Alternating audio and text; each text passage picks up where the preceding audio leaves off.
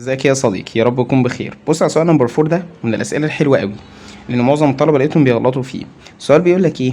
she would have helped if هي كانت ممكن تقدر تساعد if لو هي ايه؟ لو هي كانت موجوده there. طبعا there معناها ايه؟ هناك. طيب الاجابه تبقى ايه؟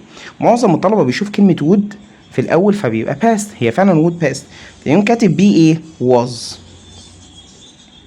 ويقول لي يا مستر ما هي وود في الباست، فعملت الناحيه التانيه باست برضه، هنا باست وهنا باست، ولكن ايه الاجابه غلط يا صاحبي؟ طب ليه الاجابه غلط؟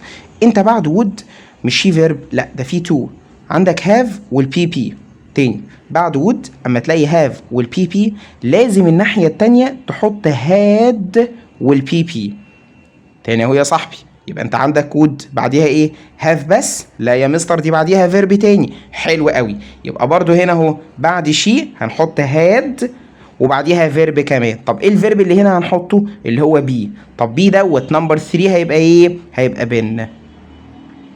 خليني اقولها لك مره تانية يا صاحبي، يلا بسم الله، صلى على سيدنا محمد عليه الصلاه والسلام. she would have helped اهو، she would have helped هي كانت ممكن تقدر تساعد لو هي كانت ايه؟ هناك. عندك بعد would في ايه؟ have وبعديها البي بي، يبقى برضو بعد she had والبي بي.